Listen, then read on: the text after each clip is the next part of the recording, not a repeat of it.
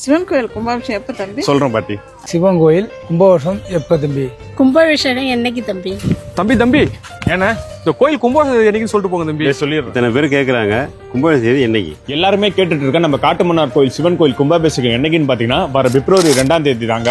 காலையில 9 மணிக்கு மேல கும்பாபிஷேகம் நடக்க போகுது. 1000 ஆண்டுகளுக்கு முன்னாடி முதலாம் பராந்தக சோழன் தான் இந்த பிரம்மாண்டமான கோயிலை கட்டினாரு.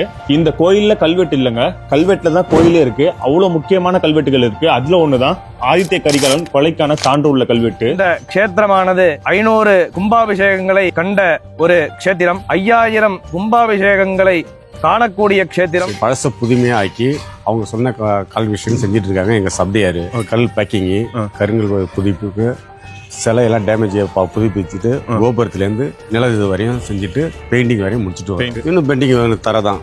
50 தெய்வங்களுக்கான யாகசாலைங்க. கடலூர் டிஸ்ட்ரிக்ட்ல மிக பிரம்மாண்டமான யாகசாலை அமைச்சிருக்காங்க. சிவனுக்கும் அம்பாளுக்கும் தனியா ஒரு யாகசாலை. சாமி வேதிகை இதுக்கு 5 குண்டம் இருக்கு. பரிவாரங்களுக்கு 10 வேதிகை 10 குண்டம். மொத்தம் எல்லாமே பச்சை கலர்ல கட்டி அனந்தம் என்கிற பாம்பு பூஜை செய்யப்பட்டு அதனால் சுவாமியின் பெயரானது அனந்தேஸ்வரர் என்று அழைக்கப்படுகிறது. கடந்த 2 வருஷமா திருப்பணிகள் நடந்துட்டு இருக்கு. 1000 ஆண்டுகளுக்கு முன்னாடி மன்னர்கள் எப்படி கட்டினாங்களோ அதே மாதிரி புதுசா வடிவமைக்க போறாங்க. எல்லாருமே காத்திருந்து பாருங்க. வேற லெவல்ல நம்ம ஊர் சிவன் கோயில் இருக்க போது. டேட்டை மட்டும் மறந்துடாருங்க. பிப்ரவரி 2ஆம் தேதி நம்ம இருக்க வேண்டிய இடம் நம்ம அனந்தீஸ்வரன் ஆட்சி செய்யற நம்ம காட்டுமன்னார் கோயிலுங்கிற வீரநாராயண சதுர்வேதி மங்கலத்துல தான்.